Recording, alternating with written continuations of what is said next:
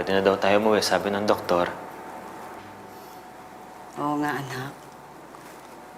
Pwede na tayong pumunta sa burol ni Milan. Anak, bakit hindi ka nagsasalita? Kanina ka pa ganyan.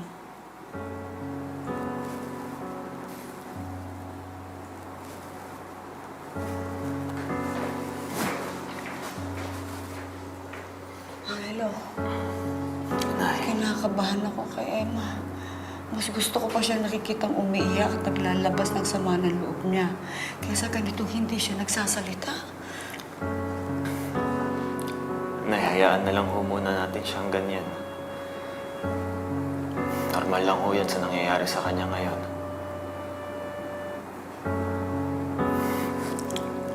Basta, wag ho tayong aalis sa tabi niya.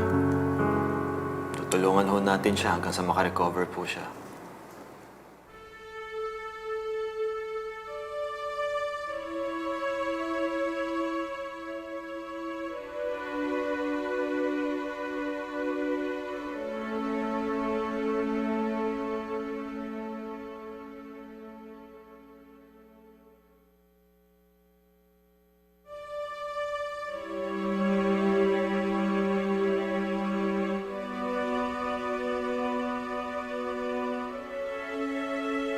Anak, nasan ka?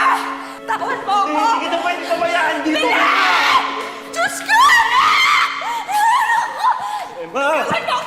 Tawan mo! Kung nakita mo naman yung anak ko, kailangan niya ako! Bakit nangyari to?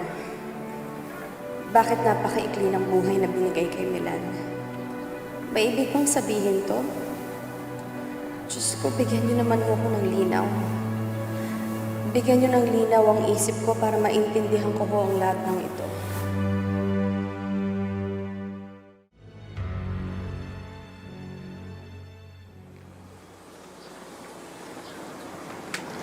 Nak, wala nang tao. Halika na, uwi na tayo. Anay, bayaan na lang ho muna natin si Emma. Emma, mauna na kami. Halika na ho. Tibayan niyo lang ho yung loob niyo, Ma'am Emma. Sige po.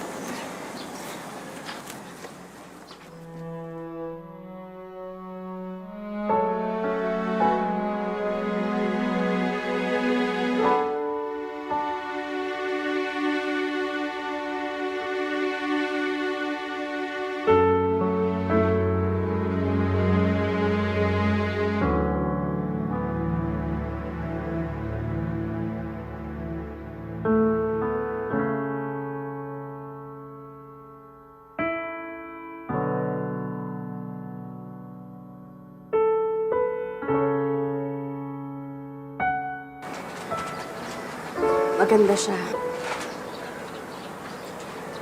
Nakuha niya ang mga mata mo. Hindi rin siya iyakin.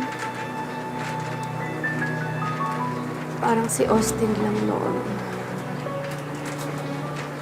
Madaling alagaan.